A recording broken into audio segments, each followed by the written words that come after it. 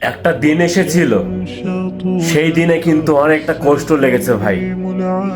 যেখানে একটা মসজিদ ছিল, সে মসজিদের নাম বাবরি মসজিদ।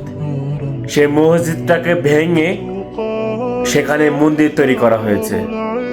যেখানে মসজিদ ছিল, যেখানে বাবরি মসজিদটা ছিল, সেখানে আল্লাহর ঘর। সেটাতে কেউ কারোর কি ক্ষতি হতো? ক্ষতি হতো না। হিন্দুদের মন্দির লাগবে, সমস্যা নেই, অন্য জায়গায় বানালে পারতো। কেন বাবরি মসজিদ ভেঙে মন্দিরটা তৈরি করা লাগলো?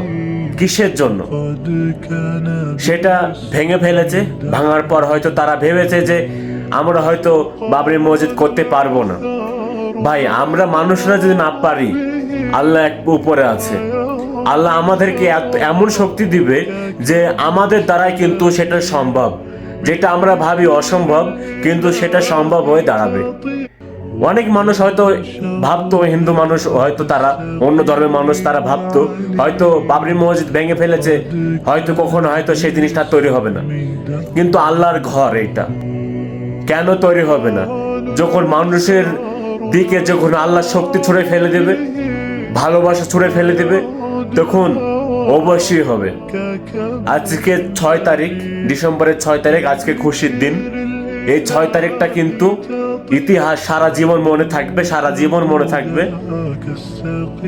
এটা সবার মনে থাকবে। এটা যে দিনটাতে আজকে ইন্ডিয়ার মানুষ অনেকটা, প্রায় মানুষই কিন্তু খুশিতে আছে যে আমাদের বাবরি মসজিদটাকে ভেঙে ফেলা হয়েছিল।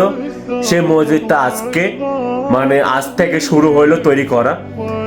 তো প্রতিটা ইন্ডিয়া মানুষের জন্য দোয়া রইল, তোমরা সুন্দরভাবে এগিয়ে যাও। আল্লাহ তোমাদের প্রতি, আমাদের প্রতি, সবাদের প্রতি কিন্তু শক্তি দিয়েছে। অবশ্যই আমাদের দ্বারা হবে। কোনো কিছু নেই যে আমাদের দ্বারা হবে না, সব হবে। তো আমি যেহেতু দেশে ছিলাম না, এই কারণে কিন্তু যেতে পারিনি। যদি আমি দেশে থাকতাম তাহলে হয়তো ইনশাল্লাহ আমি যেতাম।